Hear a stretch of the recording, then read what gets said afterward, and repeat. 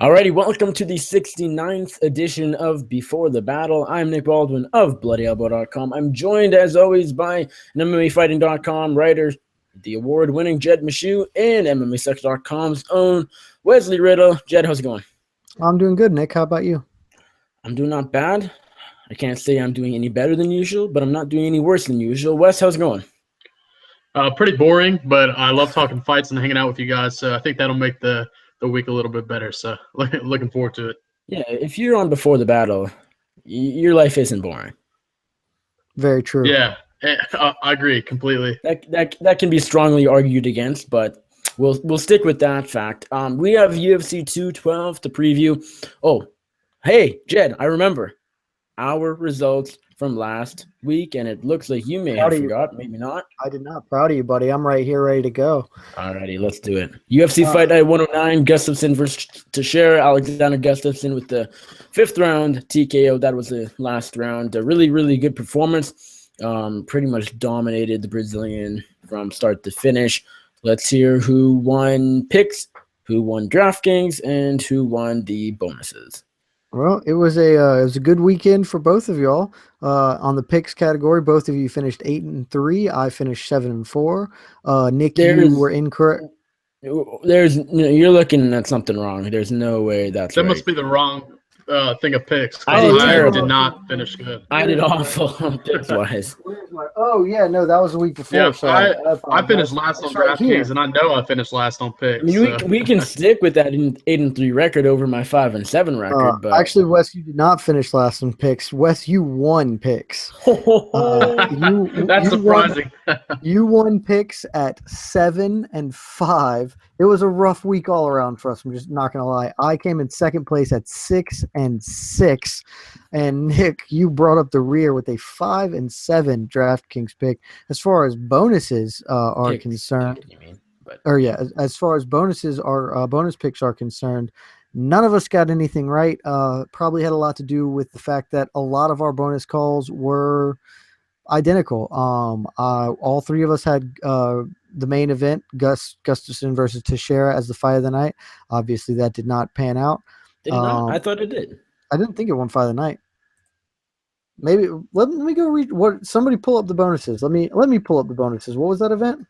Stockholm. Bonuses UFC Fight Night Stockholm. Yeah, Gustafsson had the Vic. Yeah, the main event was fight of the night. Was it? I don't know why I thought it wasn't because that fight was not good. Yeah, Hadzovic. So we had Damir Hadzovic and Bohan Vlichkovic, and then Gustafsson and Glover. Yeah. Okay, so all three of us got Gus Glover, but yeah, I thought it was mostly Gustafsson beating Glover up and Glover being really tough, and so that's cool. But it didn't. I don't know. I just Sorry, my apologies. Brain fart. All three of us got the fight of the night pick correct because all three of us picked Gustafsson versus Teixeira. None of us got performance of the night bonuses. All three of us had Al Hassan, who obviously did not merit a performance bonus. I had Munoz, you had Silva, Wes, and Nick, you had Misha Serkinov, who quite tragically did not merit a performance bonus on that. And as far as DraftKings go, a bad week for all three of us. And I hate to say it, but Nicholas, you have retained the DraftKings. The king is still the king. The king stays king 2 times in a row. First time you've won back-to-back DraftKings. The first time anyone other than me has the second time I've won DraftKings, so back-to-back. That's the first time you've done back-to-back DraftKings. Yes. Is what I'm saying. It's the first time anyone other than me has been a back-to-back champion of DraftKings. So hats off to you.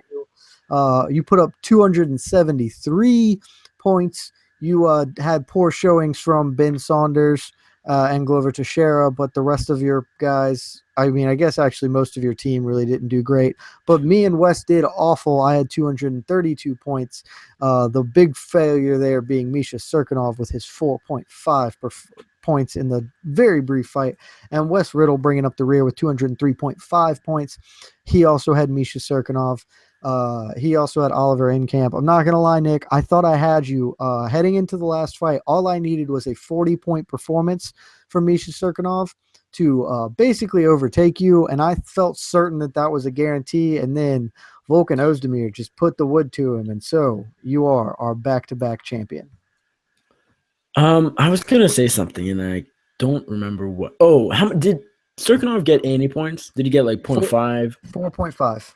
He landed 0.5? 4. He landed 9 strikes. Oh. Well, already not a fantastic showing from him inside the cage or on An absolutely DraftKings. terrible showing. Yeah, yes. Okay, so I am the champ, DraftKings. We all suck as far as bonuses and picks go.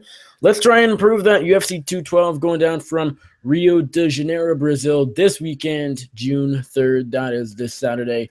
The main event is on paper the best fight of 2017 thus far, and it'll probably go throughout the whole year as, if not the best fight, one of the best fights on paper.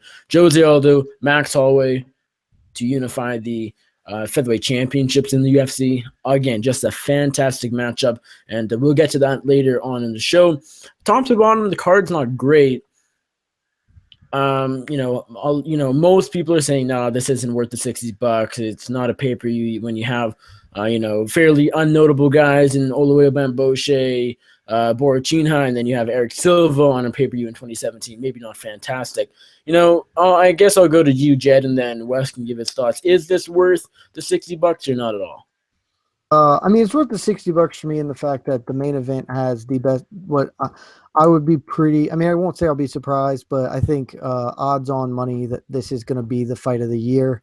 It's certainly on the short list for contenders of that on paper. A lot of the year left. Maybe something else develops, but there's not much better example of MMA, pure MMA, than Holloway Aldo.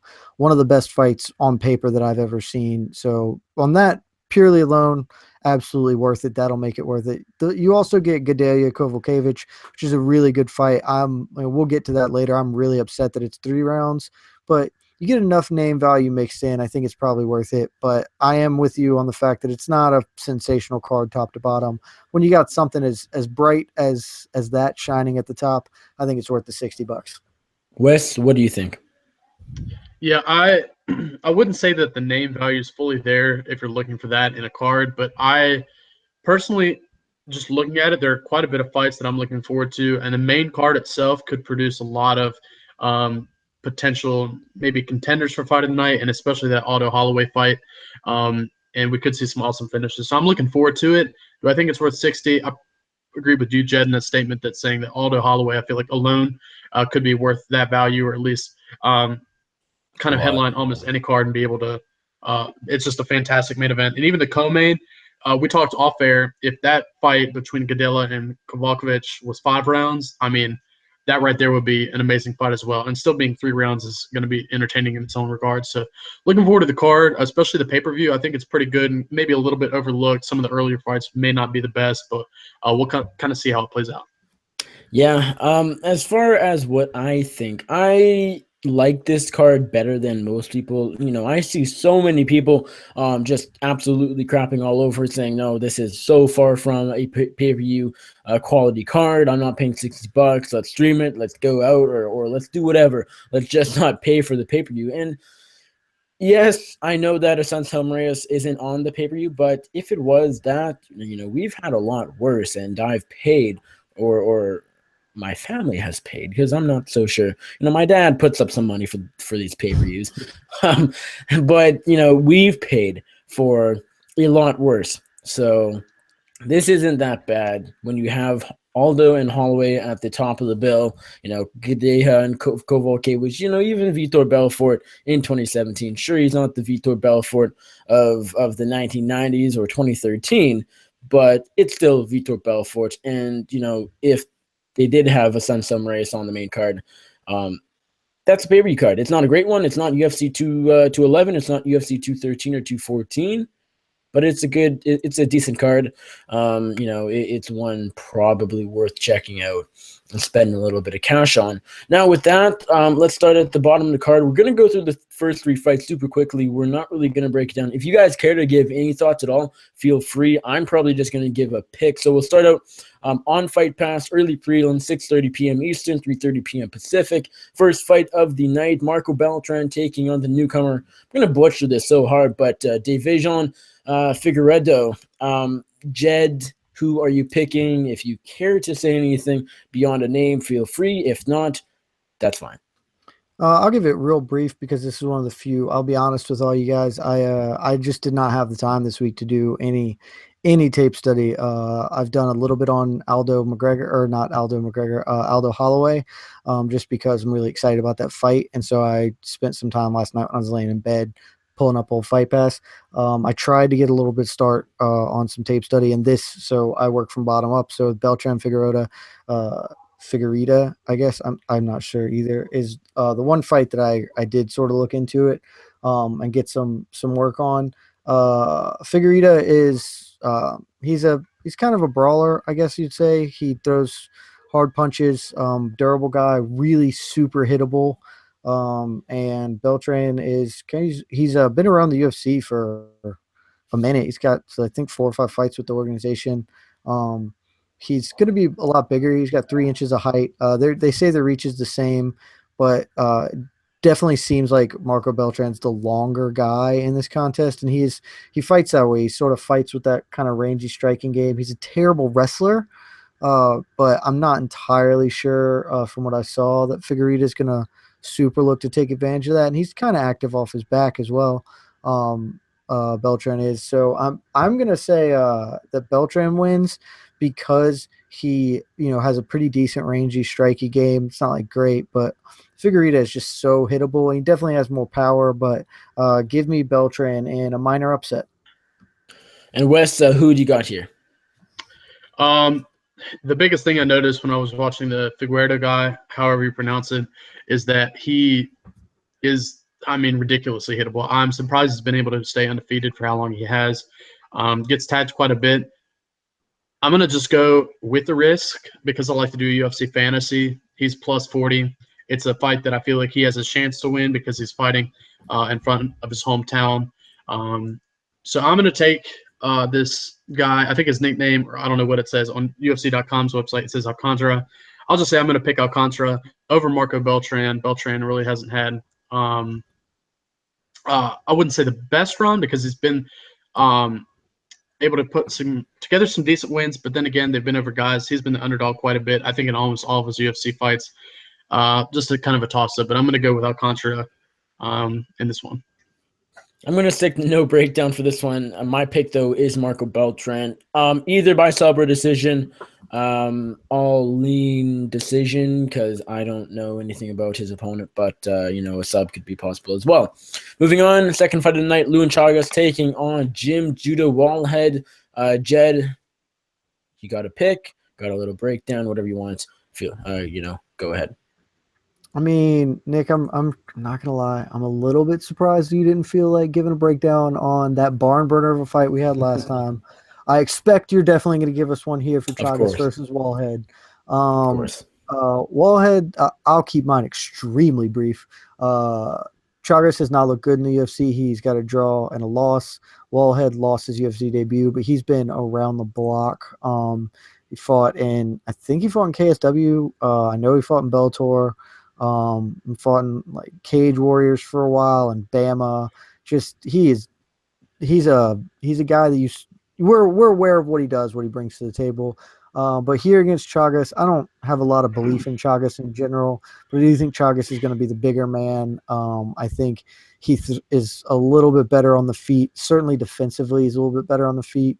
And Wallhead is just going to get kind of marked up. So my pick is Chagas, I guess. Would say decision? Sure, Chagas by decision. Alrighty, Wes, Lewin Chagas or Judo Jim Wallhead? I was glad when I heard Wallhead was signed to the UFC because I enjoy the guy's personality. He's a pretty entertaining fighter too, especially based off a lot of his older performances. That he is pretty well-rounded and does have a pretty elongated career that started back a long time ago. But I'm not going to be picking him in this one. I have Chagas picked. I think he does have 2 losses. Well, a draw and a loss in the UFC, but his striking is still pretty impressive. And I feel like he could be able to catch Wallhead in some exchanges. And I think he's the more active dude. He's going to have the home crowd advantage in this one. So I'm going to take Lewin Chagas. I have to pick by a second-round knockout. Yeah, I like Lewin Chagas here as well. He's probably the better fighter everywhere. I'll go Chagas by sub, but I do think he finds a way to get the job done inside the distance against the Englishman. Now, the last fight on Fight Pass, we have Vivian Pereira taking on Jamie Moyle in a women's strawweight matchup. Jed, who do you got here? I mean, Pereira, you maybe shouldn't have gotten that win over Letourneau. I don't recall the fight that well, but it's definitely a close contest. Jamie Moyle beat Kaylin Curran. I think that likely should tell you enough, but Moyle's she's a much more active fighter, more volume, shoots takedowns, wrestles aggressively, strikes aggressively. That's enough for me here. It's a contest between people that aren't really going anywhere fast. So I know Perez, I think she's got a few years younger on her, but give me Moyle by decision.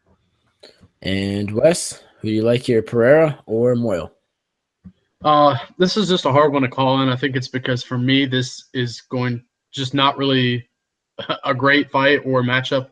I think this will be one of the ones that maybe won't bring that much excitement on the card. But then again, a lot of fights prove me wrong. I'm going to be picking Pereira. She did not have a good UFC debut when she fought Letourneau, who should not be fighting at 115. Pereira did have some decent strikes. She's just a little bit small. Moyle, she's pretty active, but kind of slower with her punches and does shoot for takedowns. Moyle could maybe get this fight to the ground, but I don't think Pereira's ever been taken down besides the fight with Valerie. And I think Valerie is a little better with her grappling and wrestling than Jamie Moyle. But I don't know. It's not a fight that really interests me that much.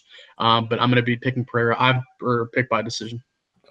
And I will side with Jamie Moyle in this fight. I'll go by fairly lackluster decision in what will most likely be one of the worst fights of the night, and one we will move on very quickly from. That takes us to the kickoff of the FS1 prelims, 8 p.m. Eastern, 5 p.m. Pacific. As I said, on Fox Sports 1, and if you're in Canada, the Great White North like I am, it's on TSN something, just don't have the number in front of me. Kicking things off, we have bantamweight number 13, Yuri Alcantara, taking on newcomer Brian Kelleher, who, is fighting in the UFC for a long time, but he's kind of a vet. He's 16-7. Not a great record for a debutante, but he has gotten inside the cage quite a number of times. Jed, we'll start with you. Are you going to go with the Brazilian or Brian Kelleher, the newcomer here? Did you say Kelleher's record isn't great for a debutante? Well, what I meant is, he has a lot of experience compared to most fighters that make their debut, but 16-7 isn't particularly great. Yeah, because he's definitely experienced, and frankly, it makes sense he's making his debut at this point. He's got a lot of losses on his record. If you go back and check, many of those came earlier, and then he had a real rough patch. But basically, since then, I think he's won like 5 or 6 in a row. So that's good enough to get there for me. He's got 5 or 6 in a row, a lot of stoppages. But I mean, this is just a bridge too far. When I first saw this fight was made, I thought for sure that Kelleher must have been like a short notice replacement, but it doesn't appear that way. I can't find. No, he was. Alcantara was supposed to fight Felipe Alranches. Well, that is not anywhere on this listing that I'm looking at. So that makes much more sense to me then, if that's the case. Because otherwise, this fight made absolutely zero sense. Real quick, Alcantara Alranches was really only. I don't think it was ever confirmed by the UFC. I know Kombachi from Brazil confirmed it or reported it, but it seemed like it was reported, and days later only Arranches was out. So that's still a little weird to me then. It's just we're talking a gulf of experience difference. I mean, I know Kelleher's coming in with a pretty good amount of experience, but Alcantara has 40 pro fights. They had a very successful career in the UFC, frankly.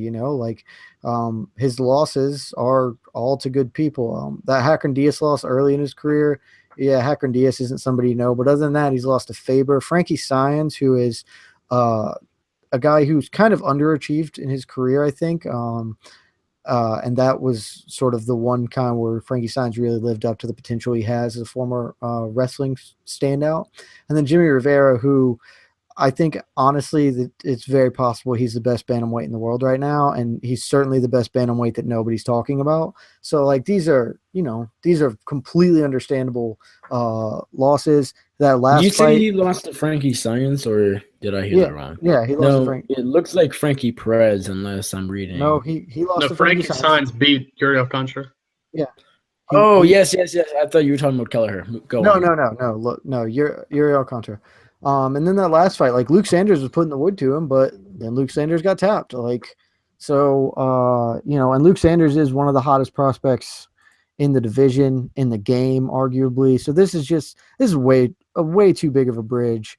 Yuri Alcantara I think he's going to tap out Brian Kelleher. And Brian Kelleher is a fine, competent grappler. But I think the golf and athleticism here is going to be too much. Alcantara sub in the middle of the fight. Wes, who do you like, your Yuri Alcantara or the newcomer Brian Kelleher? Based off MMA math, Jimmy Rivera beat Yuri Alcantara, of course, last year, and Kelleher lost a decision to Jimmy Rivera. So who knows? It could be kind of even. But then again, Yuri Alcantara, his experience, what level, as we've already talked about, is just really superb. His submission skills are excellent, probably some of the best in the division. Kelleher did have a pretty recent win over Andre Sukumta, which kind of led to the streak that he's on right now. But I don't know. I don't know too much about him, but he's shown some inconsistencies in his career and also ability to get submitted. And I think Alcantara can be a guy to possibly get a submission in this fight or just possibly be able to get a decision victory. But I'm going to take Yuri Alcantara. I think that his skill set, being in front of his hometown, and also just being well-rounded and already kind of being prepared for this fight. I'm not sure how soon or how much time Kelleher had. I don't know if I'm pronouncing that right, but had to prepare for this one, knowing Alcantara is just getting a new opponent and not fighting somebody that wasn't scheduled for this card. But give me Alcantara. I've been picked by a second-round submission. Yeah, I won't be surprised to see Kelleher have success later in his UFC career. He seems like a fairly decent guy. Just looking at his record, he has a win over Andre Sukumta, who was very highly touted as a CES champion and now UFC bantamweight. That was only, a couple years back, so not, fairly recent. He has, some good wins. He's well-rounded. He seems to be a good grappler, good striker, probably a good gas snake as well. But, Yuri Alcantara, some people have said in the past little while that maybe he's declining a little bit. He's been in the game for a long time. He's getting up there in age. He's losing. But, he's on a bit of a winning streak. He has a couple wins in a row, I believe. The last one over Luke Sanders. Barring it was a come-from-behind victory, the Brad Pickett one there is there as well. I think Alcantara, just steamrolls Kelleher in this fight. It's not too quick for Kelleher, but it definitely is a big step up in competition. This is the toughest test of Kelleher's career. Kelleher hasn't had tons of time to prepare for this compared to the Brazilian. It's on Alcantara's home turf. Everything here seems to favor Yuri Alcantara stylistically. It's probably going to be a good matchup for him. I suspect he can, at least stand with Kelleher. Kelleher isn't known necessarily for his striking completely. As I said, he's well-rounded. So Alcantara is getting better striking, and of course his submission game is super, super good. I suspect he will tap out Kelleher midway through the fight, maybe even quick, but I guess I'll go second round.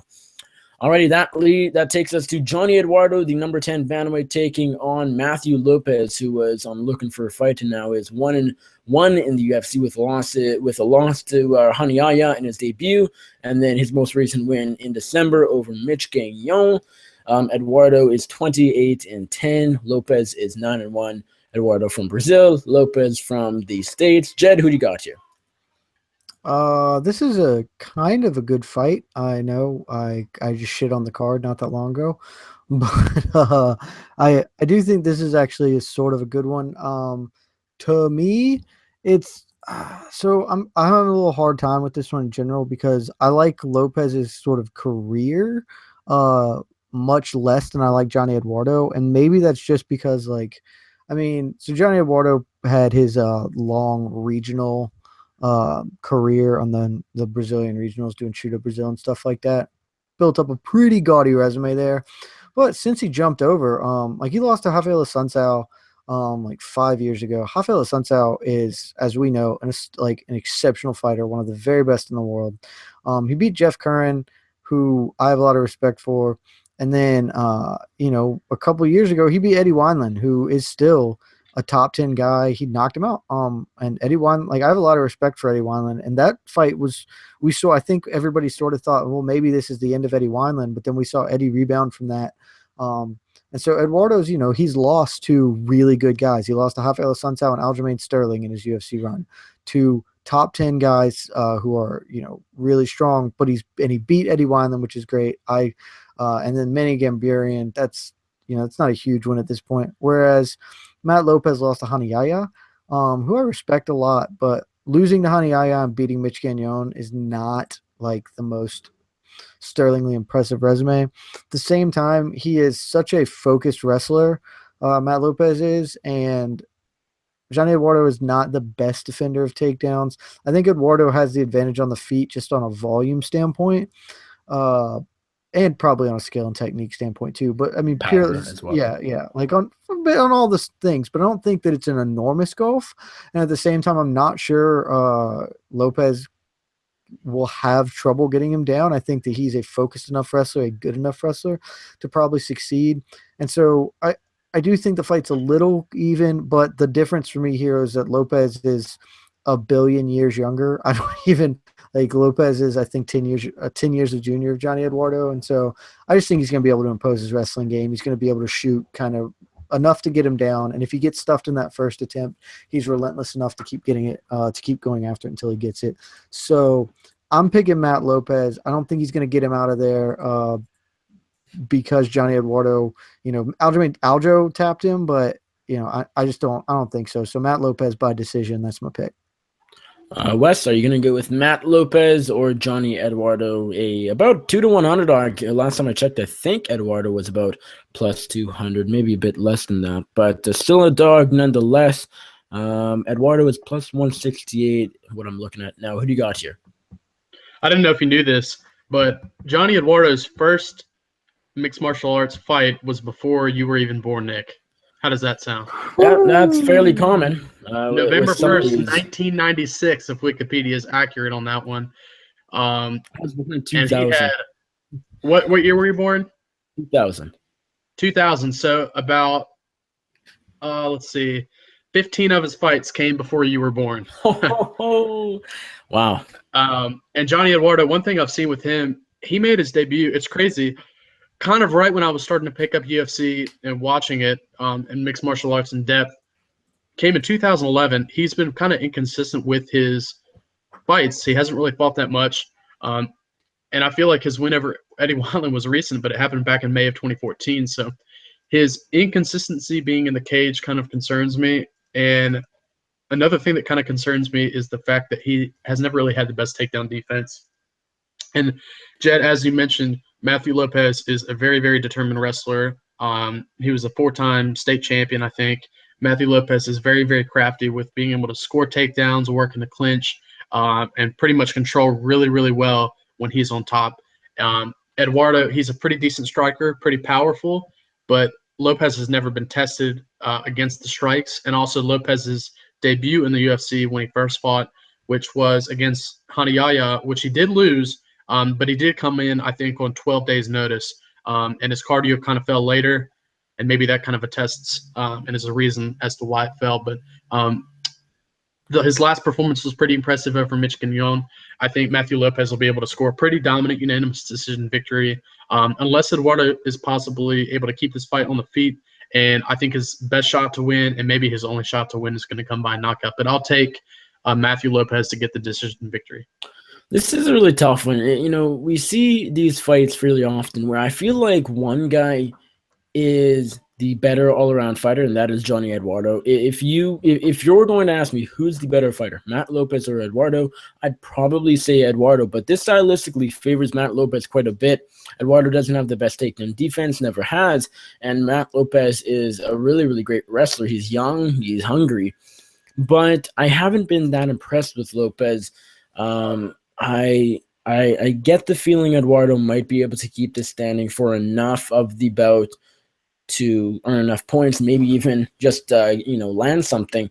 I feel like Lopez is tough, though. I'm a bit worried about Eduardo's gas tank. I don't think he's ever been known to have the best cardio. Lopez, as a wrestler, I suspect does have decent cardio. I'm going to go Eduardo. It's going out on a limb a little bit just because stylistically it seems to favor Lopez, but gut feeling is that Johnny Eduardo somehow pulls this out of the bag. I'll go Eduardo by decision. Again, a bit of a risky pick, but gut feeling, Eduardo by decision. Lopez, though, maybe the smarter pick stylistically. Again, he's a wrestler. Eduardo, not the best takedown defense. It's sort of, 2+2. Just kind of put two and two together, so to speak. But I like to do these dumb picks here and there. And Eduardo, he's a very good fighter. He's, a vet. He has a lot more experience than Lopez. Lopez, again, I just haven't been that impressed. The win over Gagnon was good, not great.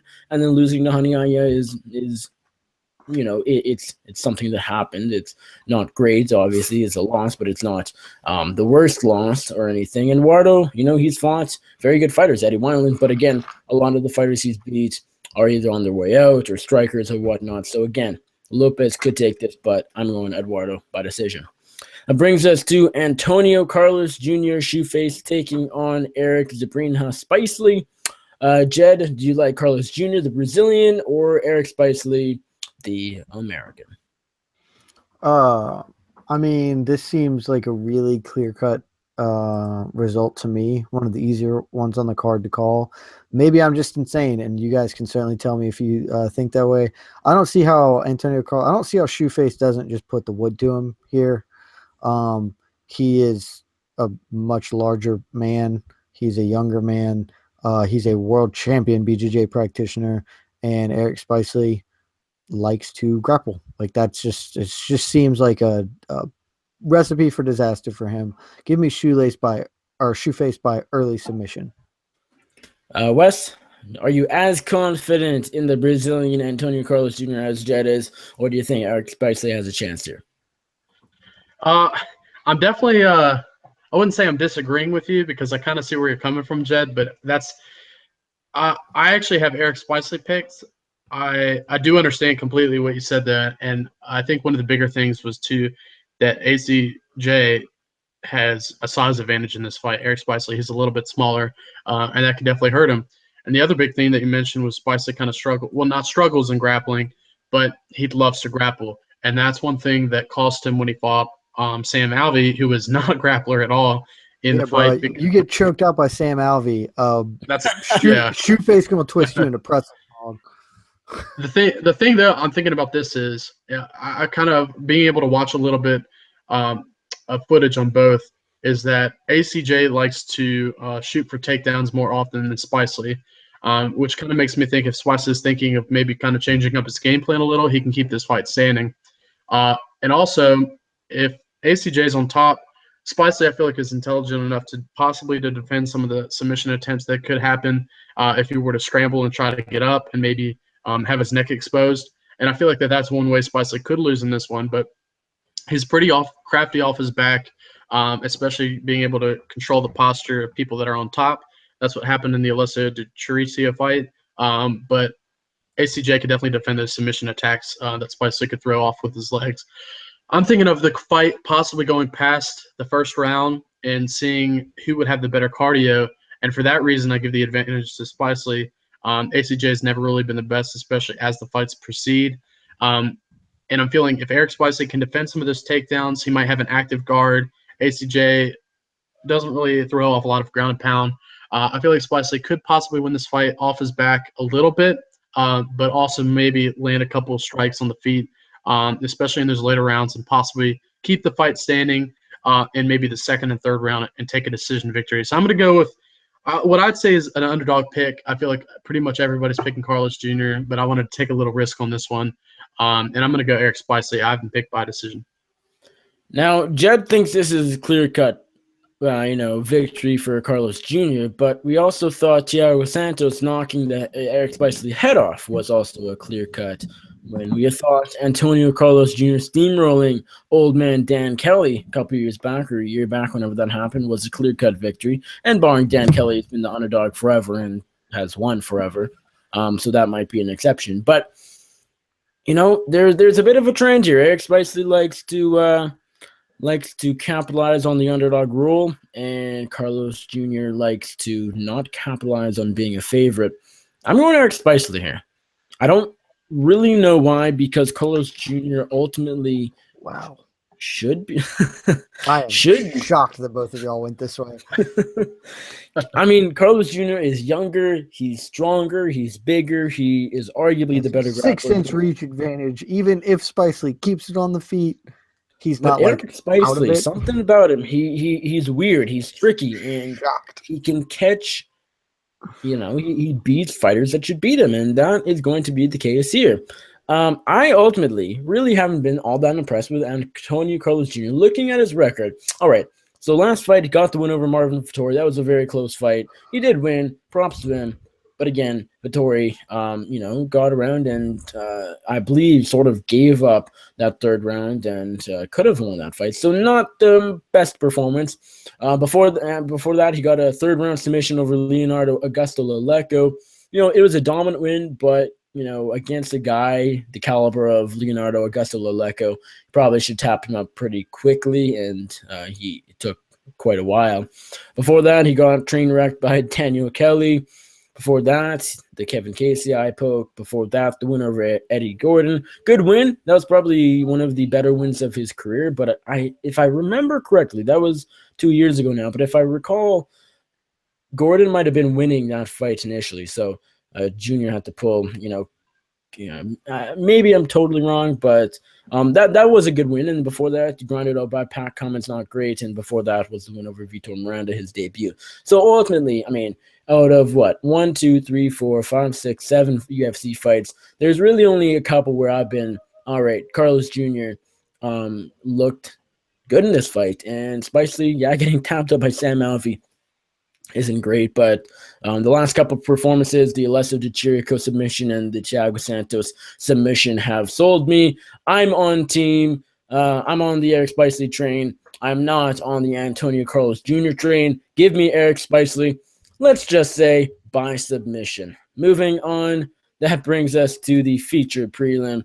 Rafael Assunção taking on former WSOF bantamweight champion and new UFC fighter Marlon Reyes. This is an awesome fight. To me, this is the second best fight of the card, and it's going up against, as Jed's already said, the fight of the year so far on paper. So definitely high standards to go up against. But this is a fantastic bantamweight matchup. Jed, Assunção, or Moraes? Before I get to that, I just want to say, if y'all aren't paying attention to this, Johnny Bones Jones is going ham on Alex Gustafsson on his Twitter account right now. So maybe y'all should just pop on over there. If you're listening to this and you're unaware, give it a check out, because he is Gus recently made those comments about John Jones being like a bad person, and John didn't take too kindly to that. It appears he's going in on him right now. It's ridiculous. I love John Jones, the self-actualized dirtbag. He's incredible things to watch, and he's a horrible person. So who cares? Like, what Gus said isn't wrong. So whatevs. Can I quickly bump in for a sec? I just remembered that Vitaly Minakov and Bigfoot Silva are set to fight on Friday, and Nikita Krylov is also on that card. That is amazing. That is amazing. I wish that fight was. Well, I don't. I don't want Bigfoot Silva to ever fight again, actually. So never mind. But I would love to watch Nikita Krylov in the UFC, because he should be there, because he's one of the 15 best light heavyweights in the world. But so that goes. Back to the point at hand, which is, like you said, arguably the best fight on this card, other than the main event. I think because the co-main is a 3-round fight, that Moraes versus Assunção probably is the second best fight on the card. If the co-main was the 5 rounds that it deserves, I do think that would be the second best fight, because it's the fight between, at worst, the 2 of the 4 best women's strawweights in the world. But this fight is sensational. Marlon Moraes, if you are deep into MMA enough to be watching this particular show that we do every week, or sort of every week, then you know who Marlon Moraes is, because you've been watching World Series of Fighting. And he's a hell of an action fighter, but he's making the jump over, and he's thrown into about as deep a water as you can get right off the jump. He's facing Rafael Assunção. I don't know what Assunção is ranked right now, 3 or 4, something like that. But full disclosure, I say this every time. I know Rafael. He trains not out of the gym I train at in Atlanta. He trains a little north in a suburb gym, but he trains with my coach and in our gym frequently. I've met him several times. He's taught me knee on belly control techniques before. Really good guy. I've watched him spar a ton. So take all this for what it's worth. But Rafael Assunção is one of the best fighters in the world in his weight class. And in the past, I don't even know how many years. The only losses he has taken is the one to TJ Dillashaw that he took last year at UFC 200. He won controversially, but he beat TJ Dillashaw in their first fight. So, TJ Dillashaw, in my mind, never lost the bantamweight title. I thought he beat Dominic Cruz. And, he should be fighting for the title in the future. So we're talking the very, very best, and Rafael Assunção is literally right there with the very, very best of the division. If Marlon Moraes comes in and puts on a show, it's great. It immediately establishes him as a title contender. In a weight division that's getting more exciting every day, that has a new, young, exciting champion who hopefully will recover from his injury soon. But that's just great business for the UFC, especially because, look, all of us respect Rafael Assunção. I don't think the UFC has any intention in marketing that man ever. And so Marlon Moraes is a much more kind of casual, fan-friendly, extremely violent and viscerally appealing kind of guy. But at the same time, he's just jumping into deep waters here, man. Assunção has been fighting the best and beating the best and competing with the elite of the elite for years now. And Marlon Moraes, as talented as he is, as good of a fighter as he is, as an offensive kind of dynamically dynamo that he is, he has been beating Josh Hill 2 times, and who I don't even know who else, Aldo Silva. The level of competition here is just staggeringly different. And so, for that reason alone, and maybe because maybe it's tinted, maybe it's biased because I know him and I like him, but I think Rafael Assunção just does everything so well. He's so technical on the feet. He's got excellent takedown defense, a solid offensive wrestler, excellent top control. I just think the totality of his game being so fundamentally sound and his experience against the elite of the elite, I think that's the difference maker here. Give me Assunção by decision. Wes, are you going to go with the favorite here, Marlon Moraes, or do you think Rafael Assunção gets his second win in a row? Man, this is for me a fight I'm really looking forward to because the bantamweight division is probably my favorite division right now. I love pretty much the entire top 10, and I wouldn't even say just in the UFC. I would probably say worldwide because there are other great bantamweights also competing who are not in the UFC, and it's just a really exciting weight class that I feel like is growing so much, especially in these past couple of years. So this fight alone I'm really looking forward to because I think both have so much capability still to become a UFC champion. Marlon Moraes, of course, making his UFC debut, was the World Series of Fighting champion, has a lot of victories over there, and was pretty much dominant. He dominated every single person that stepped in there for the past 5 years, and his impressive performances have pretty much just spoke for themselves. The way he's been able to just pretty much overwhelm every fighter that he's ever had with and beat them in every area. He is a very, very well-rounded fighter, but the thing I like about this fight is that Assunção is pretty much the exact same, very well-rounded. When it comes to this fight, I think we're going to see a lot of it standing because I feel like some of the grappling will neutralize. I don't think we're going to see a whole lot of it in this fight. And what I do think we'll see some of is kicks. These two love to throw kicks. I don't know if Assunção has any finishes by leg kicks, but I know Moraes does. But still, it's one thing that they love to use and mix in with their combinations in a lot of their fights. I'm going to be picking Marlon Moraes, and I'd say for 2 reasons. I think Moraes is a little bit quicker in comparison to Assunção, especially if the fight stays standing on the feet. And the second reason is that I think Moraes throws together a little bit more with his combinations. I feel like sometimes Assunção, when he's on the feet, becomes a little bit too reliant and dependent on the kicks itself and takes away a little bit from the punches that he throws. Assunção maybe could win this fight if he grapples a little bit and clinches. I think he's probably a little bit more impressive and dominant in that category.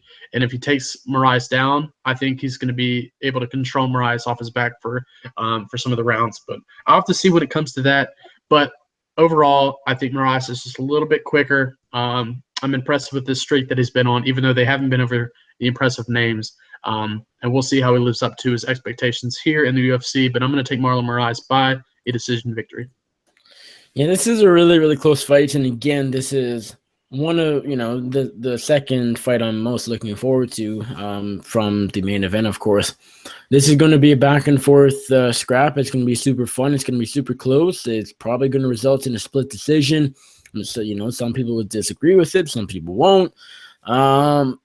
It's going to be fun. Rafael Assunção obviously has been in there with the best of the best. He's fought TJ Dillashaw twice, come up short once, and got the win earlier in their careers. He's fought Aljamain Sterling in his last fight. He has the win over Brian Caraway. And this is just off the top of my head. I know he's fought a lot of top competition. Marlon Moraes, as Jed said, not so much. The competition level is so different. The experience just fighting in the big leagues is so different. This is, Moraes, it's weird with him because it feels like he's already been in the big leagues for so long because he's one of the biggest prospects in mixed martial arts, and he's been one of WSOF's biggest draws and biggest stars for a while. But this is still a crazy jump up in competition, and it really, I'm not so sure Moraes can live up to expectations. I think he can, but it's very, there's a good chance he just doesn't. But he has showed against lower competition. He showed skills that make me believe he can contend with the best of the best, and that is exactly what Rafael Assunção is. I like that we're throwing him to the wolves right away just because this isn't a guy where it's like we don't know what he brings to the table and we don't know if he's a top guy. We're pretty confident Moraes is at least top 10. So I like that we're seeing exactly where he is right off the bat. In this case, usually I like to build up prospects, but in this case I like throwing him to a top guy right away, Assunção being number 3 in the world. Assunção needs to take this to the mat. I think Moraes is quite more active on the feet. I think he has a bit more knockout power. Assunção is a very technical striker. He's a good boxer, but his output is a bit lower than Moraes's, and he doesn't put combinations together as well. And his strength in this matchup particularly will be on the mat, and comes down to, does he get Moraes to the ground? I think we see Moraes on his back once or twice throughout the 15 minutes, but I'm going Marlon Moraes. I think he can keep this on the feet mostly. I think if he gets taken down, I think he can get up. He's mostly a striker, but he does have a few submission wins under his belt as well. Not the worst grappler out there. It's not like he knows nothing on the mat. Biggest test to date. This is going to be interesting. This is going to be, a lot of questions going in. Those questions will be answered as to where Marlon Moraes is. I think he's one of the better fighters in the world. Assunção certainly is that. I like Moraes here stylistically to outpoint Rafael Assunção on the feet and pick up a very narrow decision victory. Alrighty, that brings us to the first fight of the pay-per-view card. 5 fights on pay-per-view, UFC 210, 10 p.m. Eastern, 7 p.m. Pacific.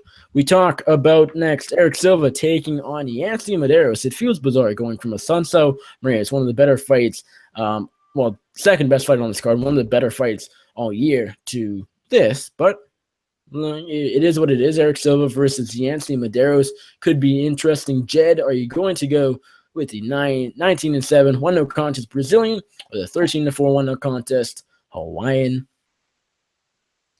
Pass for a second. Ship to Wes. I got to deal with something real quick. Sorry, guys. No problem. Wes, who do you got? So I'm gonna go with, in this fight. Actually, before I say my pick, this is gonna be probably a slobber knocker because both are pretty aggressive fighters. And when it comes down to it, when they like to swing, they're not, and lose their technicality a little bit. So I'd say if we were living in an area where you could pass with TRT, I'd probably give it to Eric Silva. But since we're beyond that, and with USADA being pretty active and maybe some fighters being a little bit scared, you never know what kind of goes on. it kind of makes me not want to pick Eric Silva in this fight. Eric Silva, he beat Josh Koscheck, and of course that's not really the biggest win, but then his performances after that just did not look good at all. And that started with the Neil Magny loss where he pretty much got dominated for the entire fight. Nordine Taleb, where he didn't really have the greatest first round, ended up being cocky, got knocked out in that fight.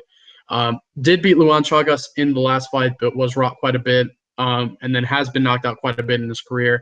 Yancy Medeiros does have a pretty tested chin, maybe not as much as Eric Silva, but he does get hit a lot more. And Medeiros, though, is usually able to overwhelm some of the storms and is pretty crafty in some of his areas, coming off a pretty impressive performance victory submission over Sean Spencer, one of the Virginia folks.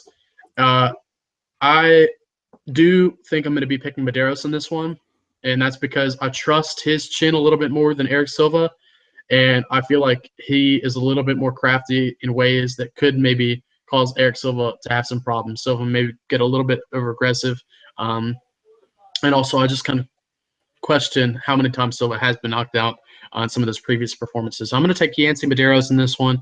I think it'll be a pretty exciting fight, however long it'll last. But honestly, a pick in this one is kind of tough because I feel like it could go either way. Now, Jed, are you ready to talk? Now I'm ready. Sorry, guys. I like a lot of what Wes said in general. Wes, you did pick Medeiros, right? I did. I was making sure. Well, I was talking about the fight in general, but sort of the contours of it. I got, look, Eric Silva is kind of the quintessential glass cannon. And the point Wes made about USADA, I'm not trying to be that guy, but at the same time, I'm not trying to not be that guy. You know what I'm saying?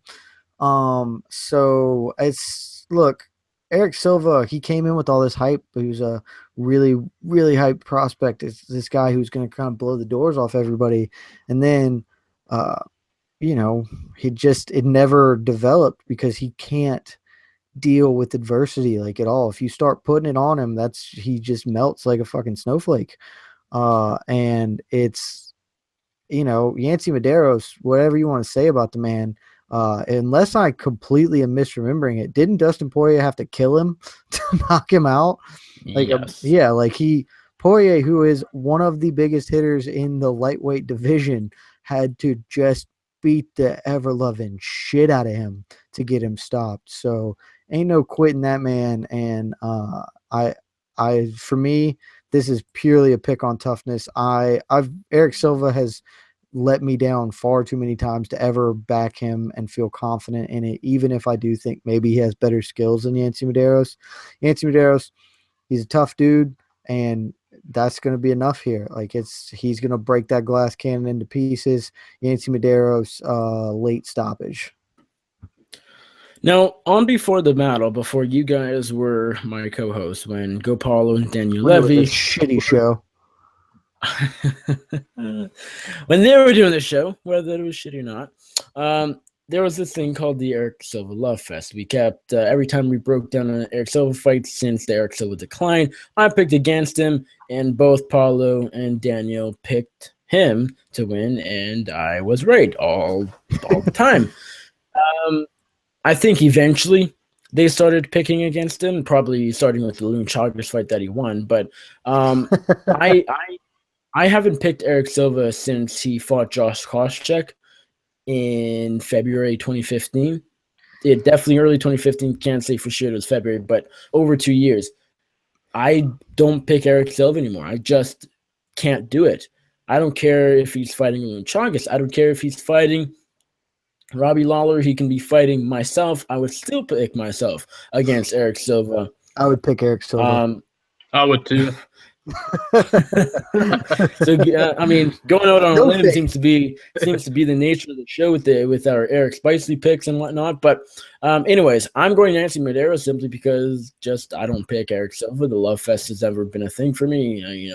Go Paulo, Daniel Levy have always been over the Brazilian, all over him, but I have not. Give me Yancy Medeiros. The guy is super tough.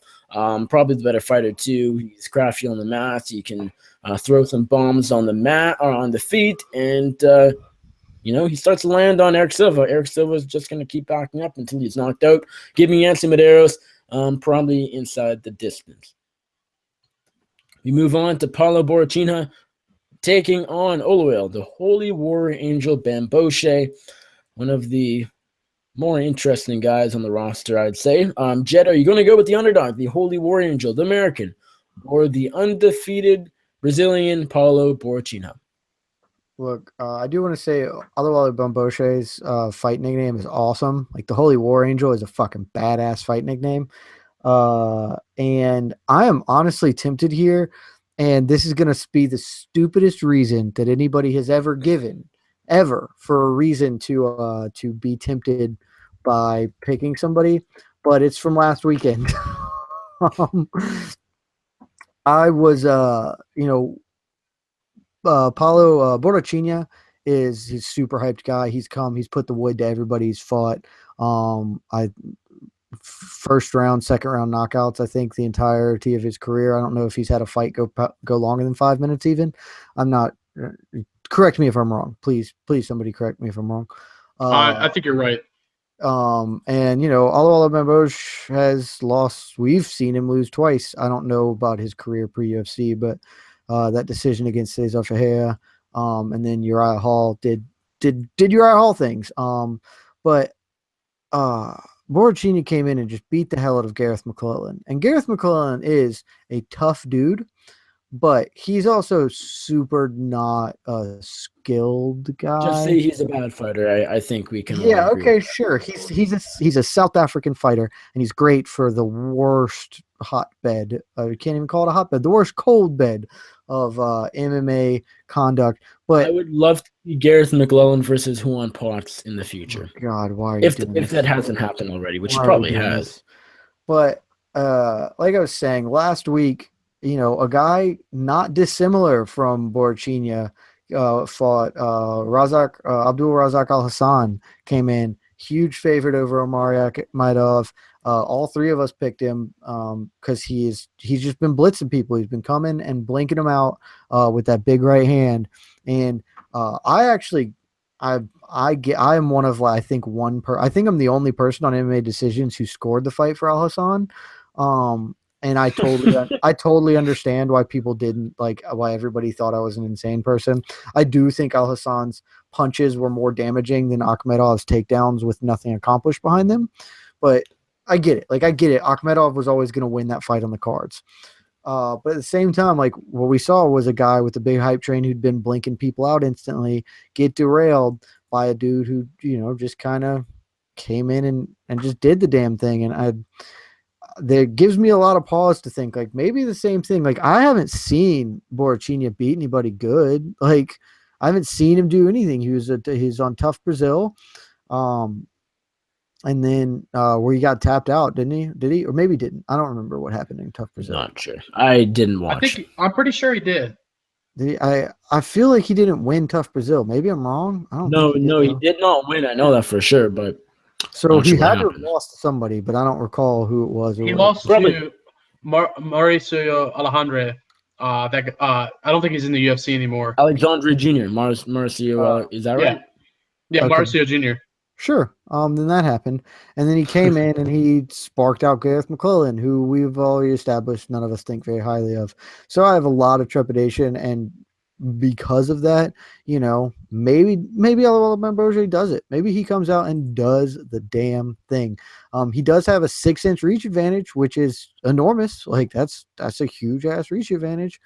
But at the same time, I'm just going to be that idiot who will always die on the wrong hill. I'm not going to go out on the limb here just because, I don't think much of Oluwale Bamboche as a fighter either. So give me Borrachina.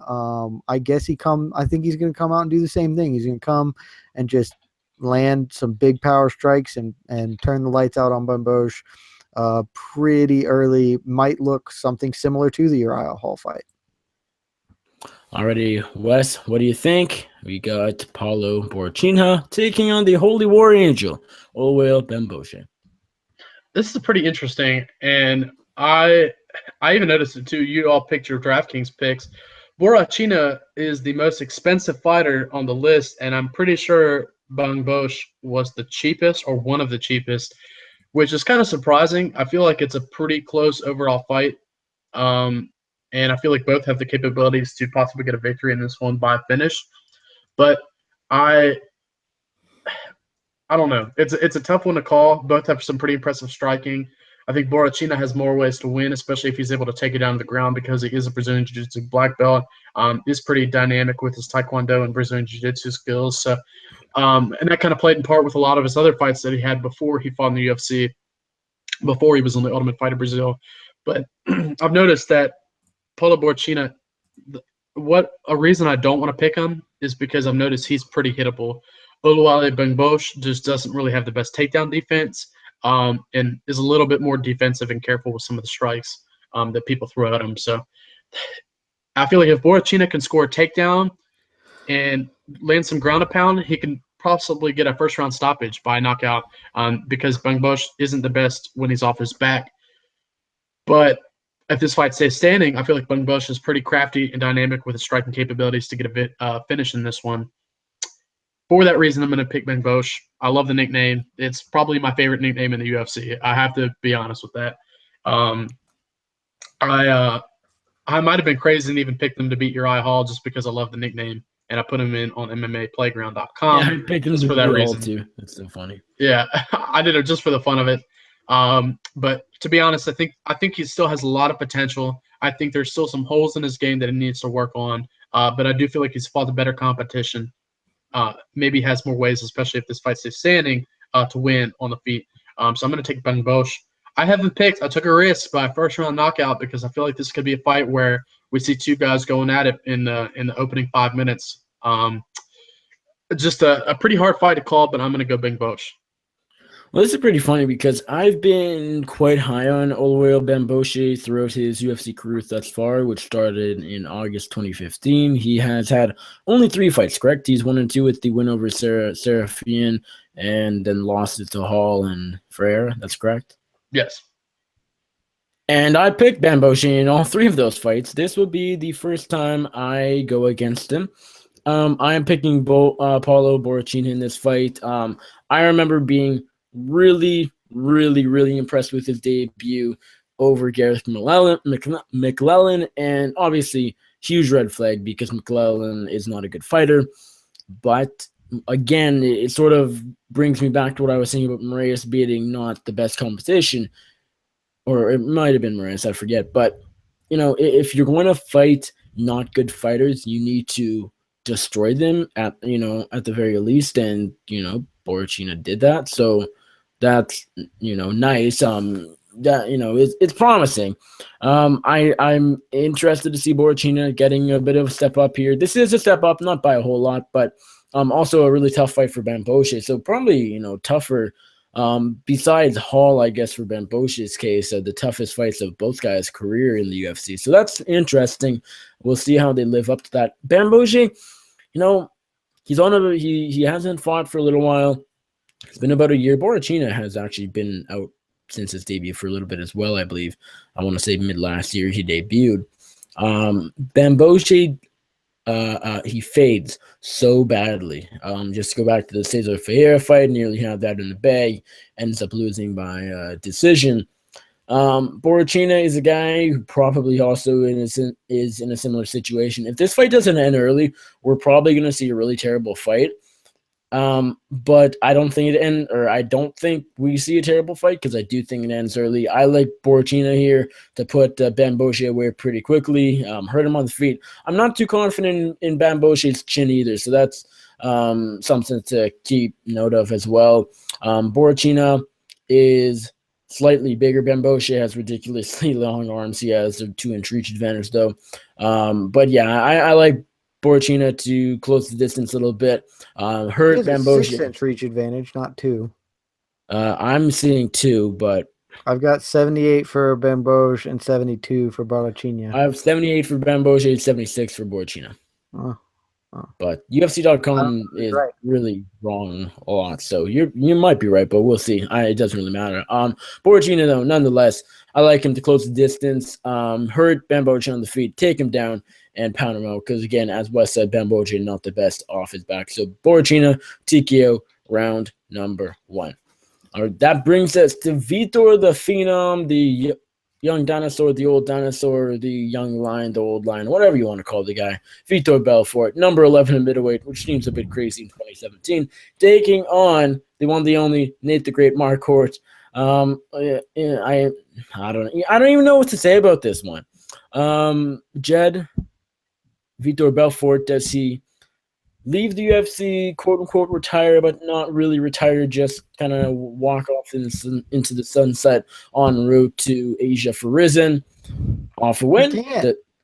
He can. His contract at the UFC isn't even up after this one, apparently. Really? It just dropped today. I haven't read the article yet. I think I don't remember who did it, but MMA Fighting's got something up today where he's not out of his contract, apparently. I only read the headline.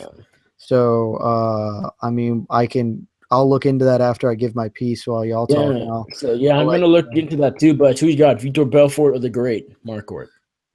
I mean, dude, this fight is who the fuck knows? Like, just honestly. Vitor, when I thought it was Vitor's, if it's Vitor's retirement fight, and I know he's not anymore, apparently, maybe he'll keep fighting. He's a weird-ass dude at this point. I thought for certain, well, okay, he's going to come in. He's going to be pumped. He might, frankly, just get back on TRT and say, fuck it, as long as they don't cancel the fight beforehand. Like, I don't give a shit. I'll burn this out. Who cares? And props for that. I'd respect him if he did. And then he's going to come out and just spark out Nate Marquardt. I can't trust Nate Marquardt as far as I can throw him at this point. I think he is beyond shot. I know Vitor's shot. But to me, Vitor is honestly not as shot as we think he is. I think Vitor is just like distilled down into his purest essence, which is Vitor's always been a front runner, but now it's just like that's it.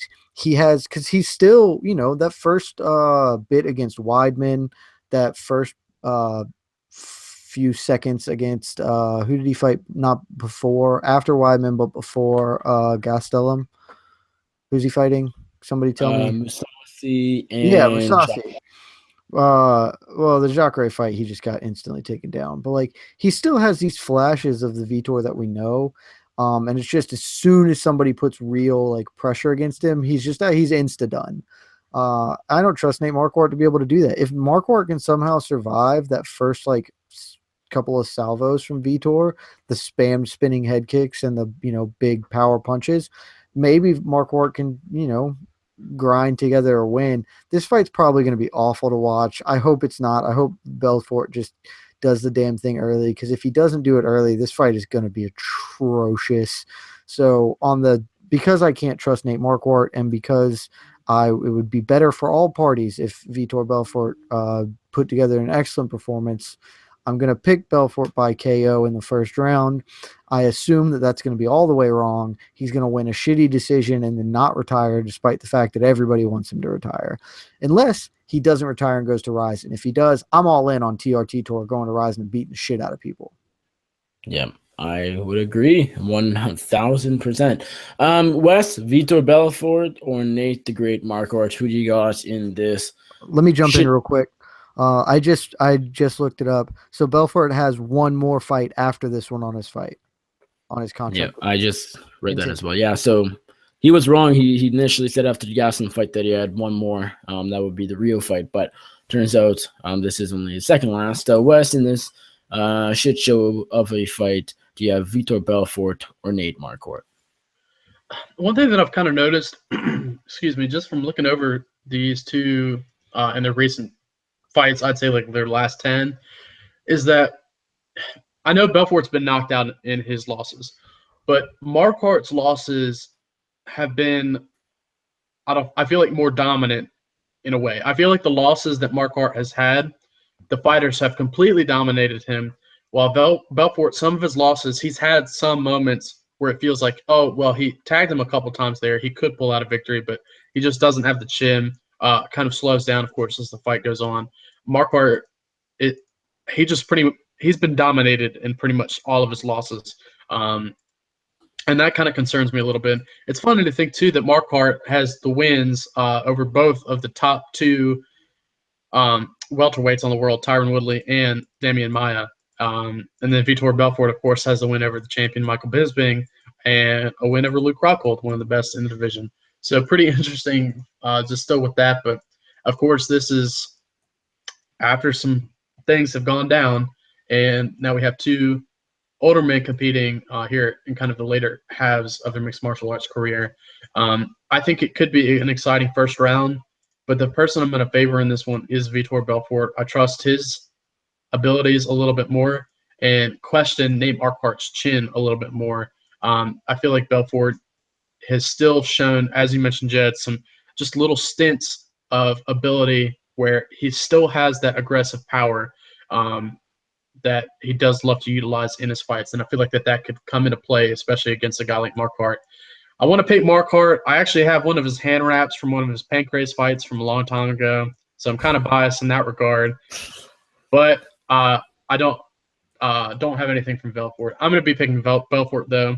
I haven't picked by a first-round knockout, and I think this fight hopefully doesn't go past the first round. If it does, it's going to be a little interesting. I think we'll just kind of see two gas fighters, and I think after the first, we'll see a decision victory. But who knows? I'll take Vitor Belfort, a first-round knockout. Yeah, I like Vitor Belfort, too. This is going to be quick. I mean, Nate Marquardt, sure, he's pulled a few out of the hat. The wins over Tamina McCrory, CB Holloway a year and a bit ago. But if he's going up against a good but not great fighter, he's still – and one as explosive as Vitor Belfort is, sure, it's not the Vitor Belfort we all remember, but it's still Vitor Belfort. He can beat lower-level guys, and that's what Nate Marquardt is at this time. He's going to blast Nate Marquardt. Both guys have bad chins. Both guys probably can finish each other, believe it or not. So it's going to be a weird fight, but I do fully expect Vitor Belfort to get it done early. Vitor Belfort, the phenom, to almost end off his UFC career with on a high note. Give me the Brazilian here by first round knockout. Co-main event time, Claudia Gadelha taking on Karolina Kowalkiewicz, number 1 versus number 2 in the women's strawweight division. Could determine the next title challenger. But, of course, you still have Thug Rose Namajunas still there, who is campaigning for the title shot as well. So if either fighter here is super impressive, maybe they jump ship, but otherwise Namajunas is probably getting it. Still, nonetheless, title shot or not, very important fight to the better, probably the two best strawweights not named Joanna Jędrzejczyk. I think that's something most people would agree with Karolina having already beat Thug Rose and Gadelha just beating a lot of fighters as well. What was that? Andrade has a good case to being one of the... Yeah, we haven't seen Andrade against either fighter, yes, but like her best win was what? Angela Hill, Jessica Penne in the strawweight division. Yeah, no, yeah, I get you. This is a justified pick between the top two as far as rankings, but I mean, I think Andrade has Andrade stylistically could beat either fighter. I would agree, but not as proven. Anyways, Jed, who do you got to your Claudia Gadelha taking on Karolina Kowalkiewicz? I really, really, really want to pick Kowalkiewicz. If this is a 5-round fight, I would actually pick Kowalkiewicz. I think that she is like one of the toughest fighters in the UFC, straight up. I think that's just like, she's not super skilled, she's not super technical, but she's gritty, she's grimy, she's got that sort of intangible way to win fights that you don't see in everybody, and nobody ever talks about it because she's this like angelic looking human who is the nicest person of all of the times and just always has this happy chipper grin. But like, this is a woman who got the shit kicked out of her by Joanna Jędrzejczyk. Like, really, she got the wood put to her. And between every round, she does the same thing with the arms behind the back, and she just leans up against the fence. Looks like she doesn't have a care in the world because she's a hard-nosed son of a bitch. Like, that is – Karolina Kowalkiewicz is rough, rugged, and raw, and I love her for it. And if over 5 rounds, I swear to God, over 5 rounds, I pick her to beat Gadelha. And she's getting short shrift here. The fact that this fight could determine a title challenger, obviously it doesn't really. Thug Rose is going to get that next title shot regardless of the outcome here. But like, this is to determine the 2 best fighters in the division that aren't the champion. this is a fight between two of, at worst, the top 5 fighters. And the fact that it's 3 rounds is insanity, and it wildly favors Gadelha. Like, Gadelha is the best fighter in the world at her weight division for 10 minutes. For 10 minutes, she beat up Joanna Jędrzejczyk, and if they fought again, she's likely going to keep beating her up for 10 minutes. Maybe a little less time as Joanna gets better and better at controlling things. But Gadelha is a phenomenal athlete, a workhorse on top, and an improving striker with real power. And she just doesn't have the gas tank to sustain that, to sustain the level that she has to have to go up against Joanna Jędrzejczyk for 25 minutes. But this isn't 25, and Kowalkiewicz is in many ways sort of a really poor woman's Jędrzejczyk. And that's, over 3 rounds, Gadelha in a 3-round fight, Gadelha probably could beat Jędrzejczyk, so she's going to beat Kowalkiewicz here. And it sucks because, tell you what, this fight's still, even a 3-round, this fight's a barn burner. Like, Gadelha's going to win the first round. She's going to be able to work takedowns. Kowalkiewicz is a good defensive wrestler, but Gadelha's going to be able to grind her in the clinch and just use that physicality, get her down and work her over on top. I think at range, Gadelha hits with more power. And so even though Kowalkiewicz is going to land, throw way more volume, Gadelha is going to land more damaging shots because Kowalkiewicz has next to no defense. But as the fight goes on, I think Kowalkiewicz has an opportunity to win this fight because Gadelha likes to operate in the clinch, and Kowalkiewicz is sneaky great in the clinch. Like, that's where she busted up Rose Namajunas. And so if Gadelha, finds herself getting into the clinch a lot, I think Kowalkiewicz might be able to bust her up with knees and elbows there. And Gadelha's going to fade. And in that 3rd round, Kowalkiewicz is still going to be there, still throwing volume, still firing out those rapid punch combinations that are, awkward looking and not super technical, but there's volume there. We saw that she has enough power to, drop Joanna Jędrzejczyk. So I think this is going to be a 2-1 decision victory for Gadelha. If Kowalkiewicz can maybe get something happening a little earlier in the 2nd round, maybe she sneaks one away here. But in 15 minutes, I don't know that there's a woman alive who beats Claudia Gadelha, so I'm sticking with that. Claudia Gadelha, 29-28 decision. Wes, Claudia Gadelha taking on Karolina Kowalkiewicz. Who do you got here? Yeah, this is an interesting fight, and I'm looking forward to it. As I mentioned kind of earlier, and as we talked about off air, this fight I wish was 5 rounds because or even just a main event in general. I feel like it would be really exciting, really entertaining, which it will be. But I'm curious to see how those later rounds are going to be, especially with the gas tank that Gadelha has. I don't want to get really too in depth with it because we've been going on for quite a while, but I am going to be picking Claudia Gadelha in this one. One of the bigger reasons, of course, is it being 15 minutes. I favor Gadelha in those earlier rounds. I feel like she's pretty aggressive, and especially trying to enter the clinch and look for those takedown attempts.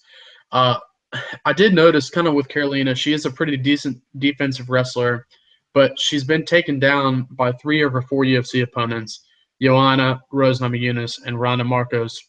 And in comparison to Claudia and those 3 fighters, Claudia is a much better offensive wrestler than all 3 of them. And this fight, of course, being only 15 minutes, I feel like Claudia is going to have the cardio advantage to kind of hold up there earlier in the first round, and hopefully, not hopefully, but maybe in the second round, just to be able to get the victory in this one over Kowalkiewicz. I noticed too, one of Karolina's earlier fights, she's not terrible in the clinch. She's pretty effective with her knees, but she kind of struggles a little bit with fighters trying to look for takedowns. And one of the bigger ones was Mizuki Inoue back when they fought in Invicta. And she was able to pull out a split decision victory in that, but again, kind of struggled in those clinch positions. This is an interesting fight, and I feel like Karolina could definitely get a victory in this one if she keeps it standing. And I feel like that's kind of the point that we don't really know what's going to happen. If it stays standing, I feel like Kowalkiewicz, I'm not good with saying her name. Karolina will be able to get a victory in that one, but I'm going to go Gadelha. I think that she's going to be able to take this fight to the ground, and if she does, she's going to be able to get the victory. So I have her picked by decision. This is a really close fight. I agree with a lot of most of what both of you said, specifically Jed. I think me and Jed are on the same page here with the whole idea that Gadelha is the best strawweight in the first and second rounds, pretty much. But after that, there are maybe multiple fighters that can beat her. Joanna and Carolina come to mind, of course. I wish this was 5 rounds because Carolina, I would like you guys. I would pick Carolina in a 5-round fight. This is not a 5-round fight. So now I really start to have to think. The lines are off. Firstly, I don't think Gadeja should be a -300 favorite or wherever she's at. That's a bit steep because Carolina, she's a very good fighter and stylistically not a great matchup. But Gadeja, she slows down. And if Carolina can manage to keep this on the feet somewhat, her takedown defense isn't fantastic, but it may is getting better. I would imagine it might be good enough. This is tough. Gadeja in Brazil, you got to imagine that if we have a close run, it's probably going her way. But the show seems to be all about going out on limbs. I'm going Karolina Kowalkiewicz. I think she starts a bit early in this fight. Gadeja certainly wins round 1, but I like Kowalkiewicz certainly in the 3rd round. And then this fight is going to come down to the 2nd round. Going by Gadeja, Joanna to back July, it seems the safe pick is Claudia for sure. But I'm hoping that KK starts up the engine a bit early. Maybe Gadeja slows down. We will see. Close fight. I don't know. Gadeja ultimately with 3 rounds should win, but I'm still going Kowalkiewicz. She's a super good striker.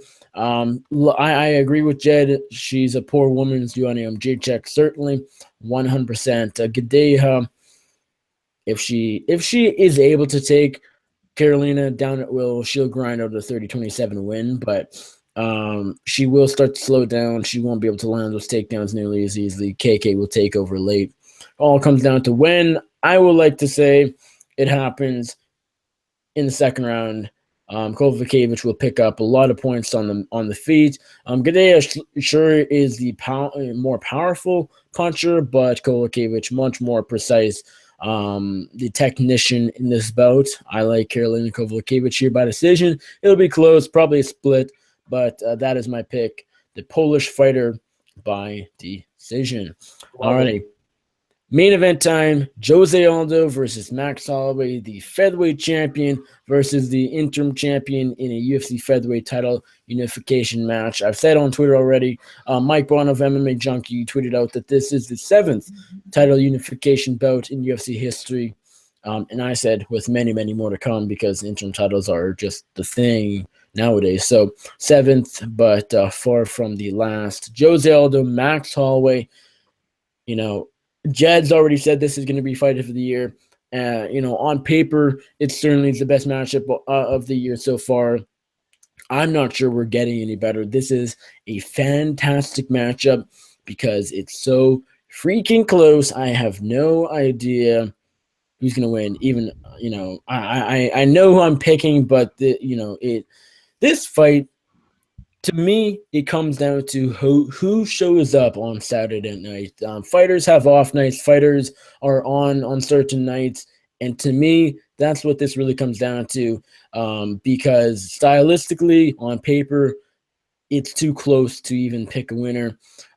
So if Jose Aldo shows up sharp and the best he's looked, he'll probably get the win. But Holloway, he's on fire, 10-fight winning streak. The momentum is on his side. He could show up, have a good night, and get the title. Jed, Jose Aldo, Max Holloway, who walks away the champion? Look, I could talk about this fight forever, and I'll spare everybody and not do that and just try and keep it to a couple of key bullet points here. I will say I'm real conflicted on this fight. I don't even know which side is my head and which side is my heart on the picking I'm going because it's a razor-thin fight. So the things that I will say are this. Jose Aldo is, by my estimation, the 3rd or 4th best fighter of all time.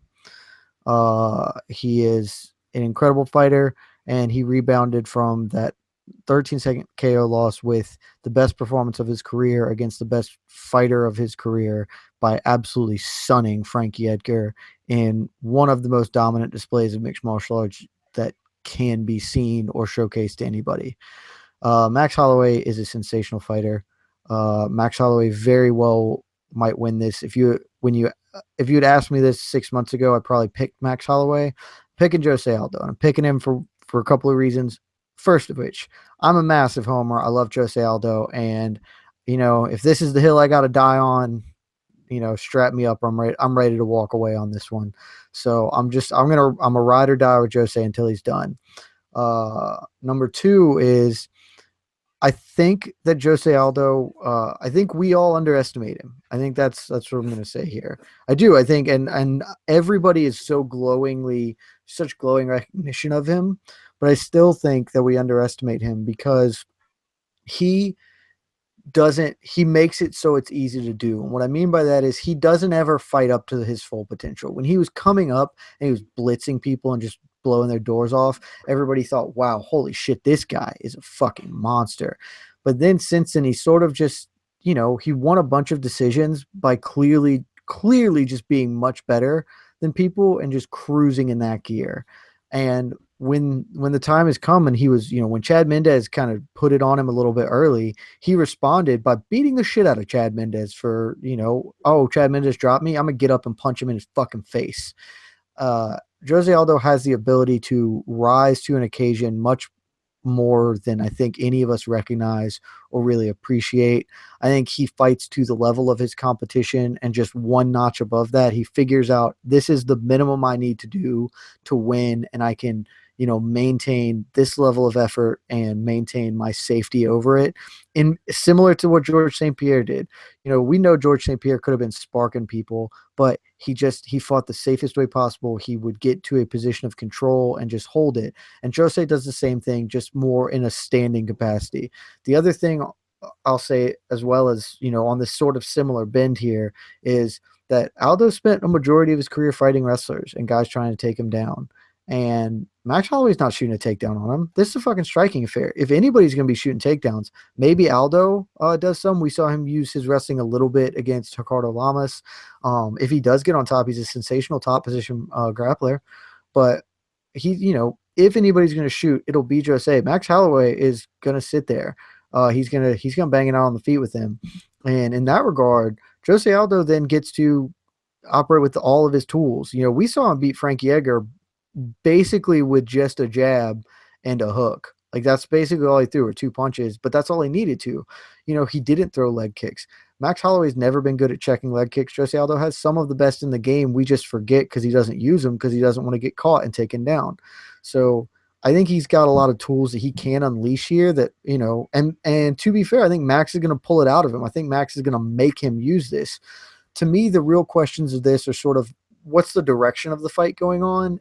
If Max Holloway's a slow starter, and we saw against Anthony Pettis, he countered a lot more. I don't think Jose is going to be coming forward on him to really force him, and Max is going to pressure him. If he does, I think Jose is just going to counter him a lot early.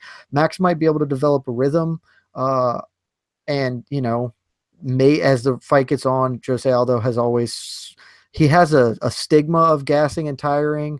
I think there's a little bit of truth to that. I also think it's a little overblown as well. He won the 5th round of both of his Frankie Edgar fights. So I think Max can maybe win some late rounds, and it will be on Aldo will win the early, and that middle section is going to be what kind of determines the fight. And I think Aldo has levels to his game that we don't ever get to see really, and Max will draw those out, but by drawing those out, he's also still going to be behind. I think Aldo can mark him up with the legs early, do damage, slow Holloway down. I think his counter game is sensational. Holloway's going to land good shots, but I don't think either of them is really going to get the other one out of there. It's going to be a back and forth contest. Maybe it's just a homer pick, but Jose Aldo is the best defensive fighter in the history of MMA and one of the very best fighters ever. Max Holloway is a sensational offensive fighter. He's still very hittable, so I think Aldo can hit him. Maybe Holloway's volume is enough to carry the day, but I like the totality of what Aldo brings. Give me Jose Aldo in a nip-tuck decision in your fight of the year for 2017.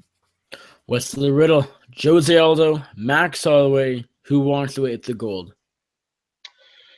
I wish I didn't have to pick this fight, and I feel like we can all say that because this fight is going to be tremendous, and I really just want to watch it and sit back and not really break it down at all because I know it's going to be an amazing fight, and we can all say that. And probably fight of the year. Jed, you mentioned it. Nick, you mentioned it as well.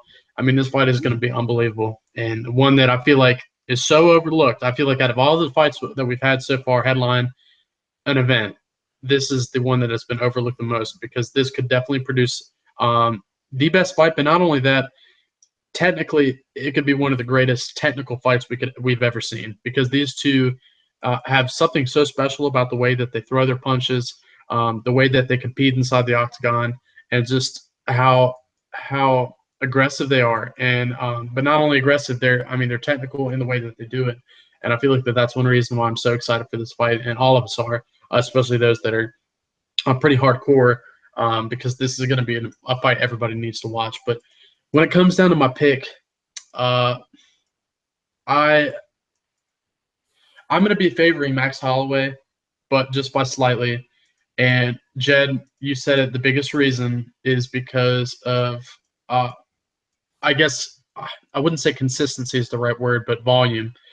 I feel like Holloway, and also that you said the word rhythm. I feel like Holloway is the fighter that could possibly get into a more conditioned and pattern rhythm than Aldo in this fight because his striking is so technical. Holloway is a little bit more technical in the way that he throws his punches and maybe more focused on his combinations. Maybe not as much technical, maybe more on combinations.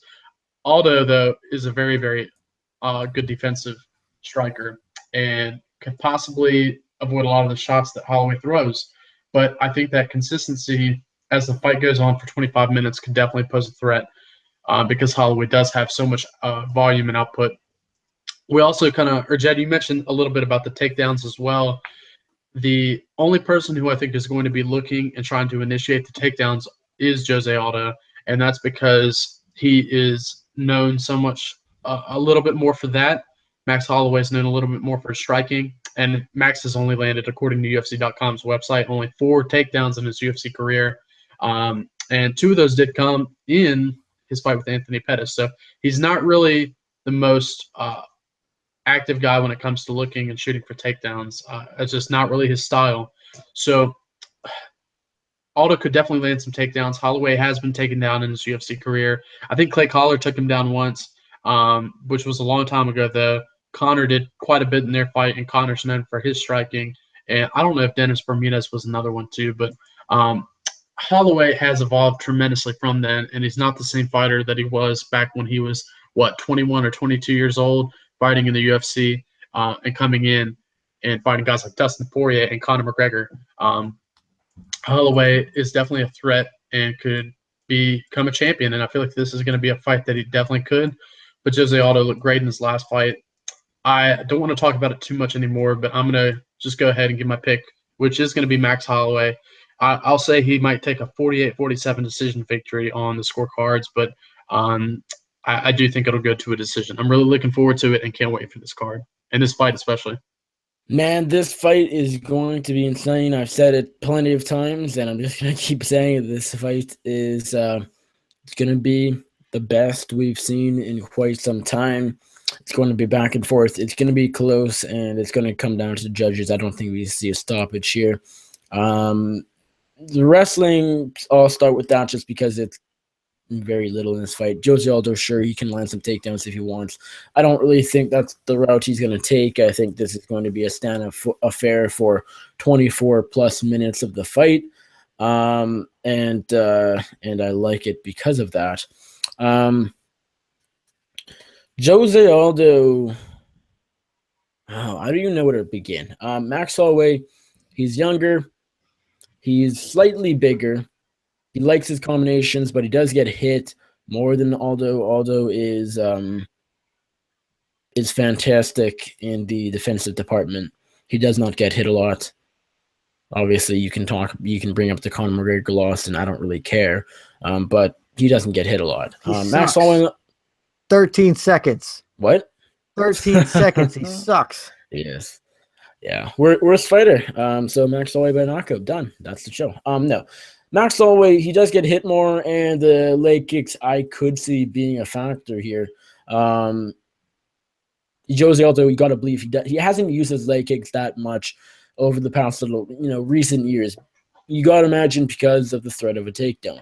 Say fighting Frankie Edgar, he doesn't want to get taken down, although he does, of course, have fantastic takedown defense, probably the best takedown defense in the UFC, perhaps. I suspect he throws those leg kicks because Max Holloway is not going to threat with a takedown. I mean, if Max Holloway even shoots for one or goes for one takedown, I will be shocked out of my mind. So I think we see the Jose Aldo leg kicks in this fight. I think Holloway, as Jed said earlier, brings all those tools out of the bag. I think we see the best Jose Aldo. I think he has to use everything he has if he wants to beat Holloway, and Holloway needs to show up as well. And I said at the top of this fight earlier, 5 or so minutes ago, that it comes down to who shows up. Because this fight, on paper, stylistically, skill-wise, is so close where if one guy shows up slightly off, they're probably going to lose. If Aldo shows up slightly, the wrong mindset or something, he's just not on, it's not his night, he's probably going to lose. Same thing with Holloway because it's so close on paper. Holloway, I like his size. I got to imagine he has a bit of a reach. No, Aldo has a reach advantage by 1 inch, so that means nothing, but that's a little surprising to me. Ridiculous arm length. Yeah. I just, thinking of them, I suspected Holloway having a 4-inch height advantage would have the reach, but he does not. But, virtually identical, as one Mike Goldberg would say. Who do I pick? Holloway, people are saying he has better cardio. I'm not so sure. He's never gone to the 4th round, I don't believe. And Aldo has gone to the 4th round plenty of times. He's gone the distance in championship fights plenty of times. He has the 5-round experience over Max Holloway. Max Holloway is young, though. He wants this. He's durable. He's tough. He's gritty. He's willing to do anything it takes. And that, that's something worth noting, in my opinion. It's going to be a great fight. I'm going Max Holloway. I like him to outstrike Jose Aldo just slightly on the feet. I'm worried because this is in Brazil and we get those close rounds. They are going to the champ, Jose Aldo, in Brazil, the Brazilian. Holloway has to, he has to put the pressure on Jose Aldo, and he has to, land a lot of volume if he wants to get those rounds. I think we see that from him. I think he walks forward. Aldo has great defense, but I think both guys will certainly be busted up come 25 minutes after the initial bell. This is just amazing. I like Max Holloway in this fight ever so slightly by decision, whether it's split or unanimous, whatever. 48-47, Max Holloway. Maybe throw in a Jose Aldo scorecard there, and new for me, Max blessed Holloway, new UFC featherweight champion. So that does it for the card. Let's move on to our last 2 segments and wrap this up pretty quickly. Bonuses, fight of the night, and performance of the night.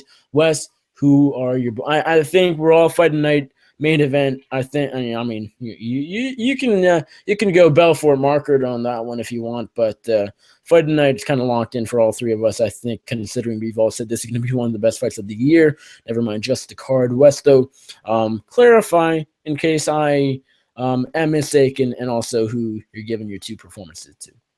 Real quick, I feel like we all. I don't know if they're Jed. Do you have the picks in front of us?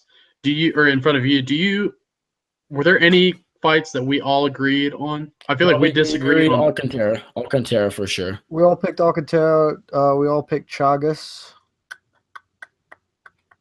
And I think besides that might be it. We all picked Medeiros. So 3 fight. I kind of like that. We had some variety. Sometimes we always agree. So I kind of noticed that as we went along. You picked Aldo, right? No, I picked Holloway. Oh, I picked. Okay, yeah, I picked Aldo. Yep, that's right. So, yep, cool. Disagreement everywhere. Which I kind of like. We'll see some various scorecards next week. So look out for that. All I know is that the king remains the king. DraftKings, anyways.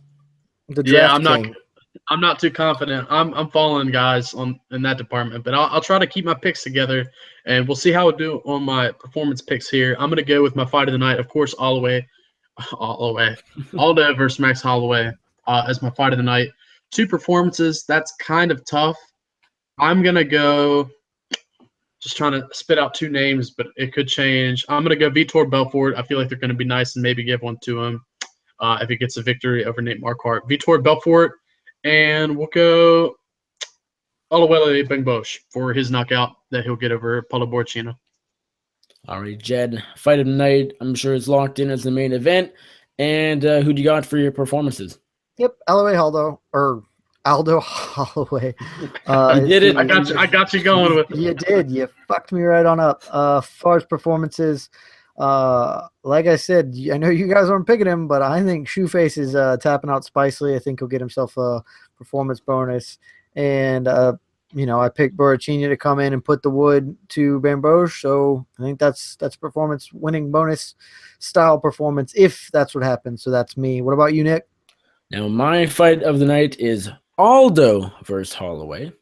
Not Aldo versus Holloway or anything of that nonsense. And my performances will go to, I have 3 guys in mind. I got to narrow it down to 2. Vitor Belfort for sure.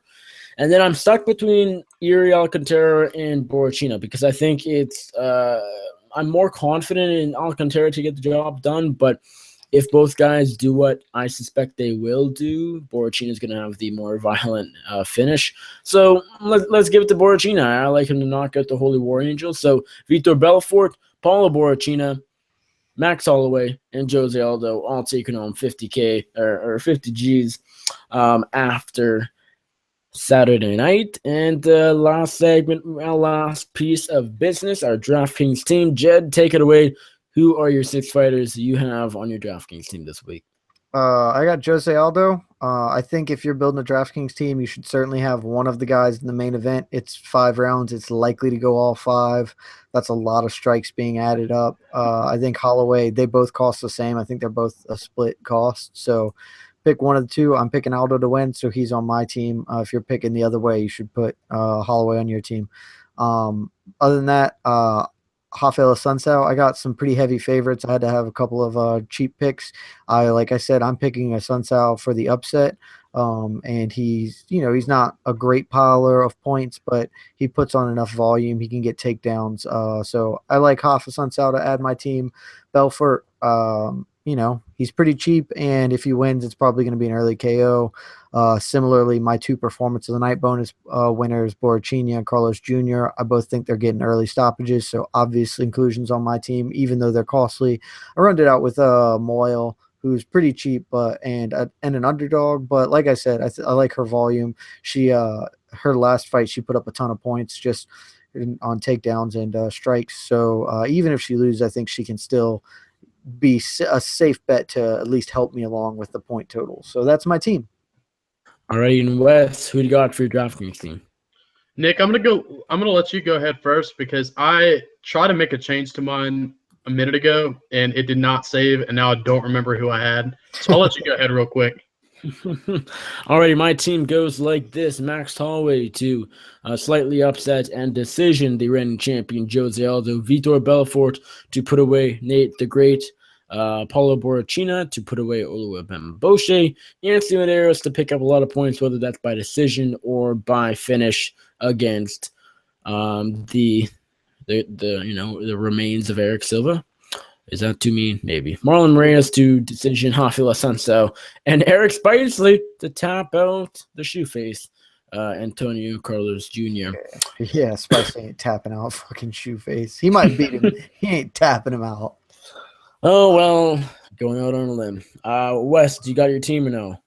I had it, and actually here, I think I got it back. I actually did just get it back, so great timing.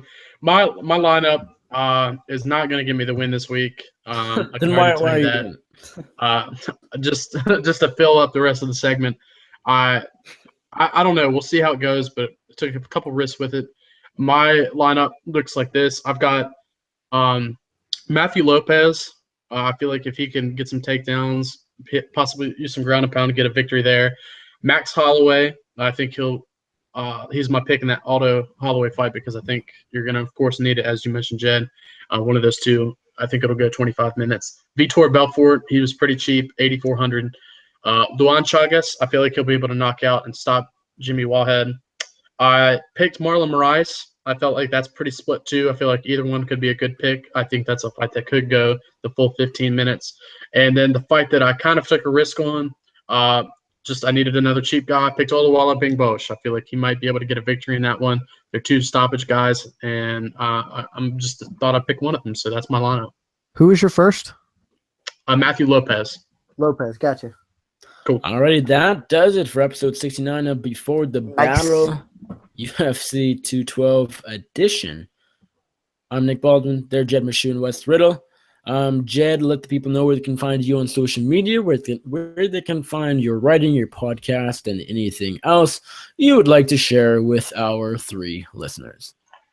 Find my writing at MMAfighting.com, and my social media, you can find me on Twitter at Jed K Meshew, JEDKMESHEW. And I also host a podcast. It is called The MMA Circus. It comes out every week. We just had an episode drop. I was not on it this week, and I expect it will do very shitty numbers because I was not on it this week. If you follow Nick, you'll be aware that last week my episode of the MMA Circus did the best numbers they've done in years. So, a year, potato, you know. That's I host that podcast. I also host another podcast called The Naked Truth with The Naked Gambler. You can find the links to that on my Twitter as well. Hopefully recording an episode of that tonight. So yeah, that's where all my shit is. Remember, people, riot if I do not host Circus next week because it's bullshit. Alrighty, stay tuned for that. Wes, where can our listeners find you on social media, where they can find your writing and anything else you'd like to plug? You can find me on Twitter at all that MMA.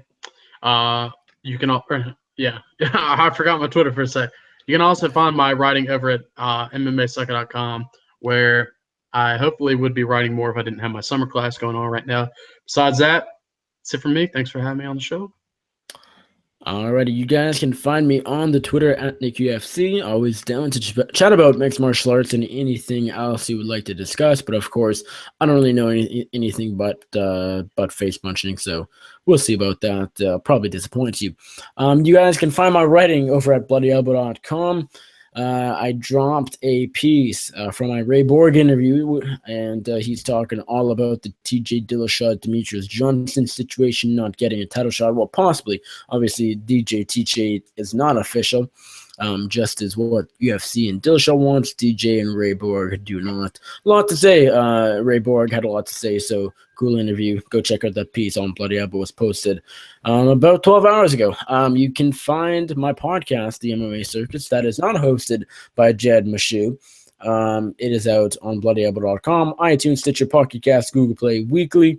This past week we had, the Chaz Mexican Devil Ray Borg on the show, and we also had Bellator MMA welterweight title challenger at Bellator NYC, Lorenz the Monsoon Larkin. 2 fantastic guests, Ray Borg, Lorenz Larkin, and Andrew and I. Andrew was back, first time in a couple weeks.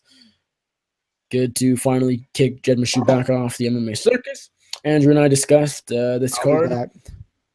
Last week's card, Dillashaw Johnson, Yoel Romero, Robert Whitaker, and more. Go check it out, episode 113 of the MMA Circus. That is it. Thank you guys for listening. Wes, Jed, it's been a pleasure as always. Thank you guys as always for tuning in, whether we have 1 listener right now or 5. Thank you for making it this way, this far into the show, to the end of the show. Enjoy UFC 212 this weekend. It's going to be a fun card. Talk to you guys later. We are out. Love you guys.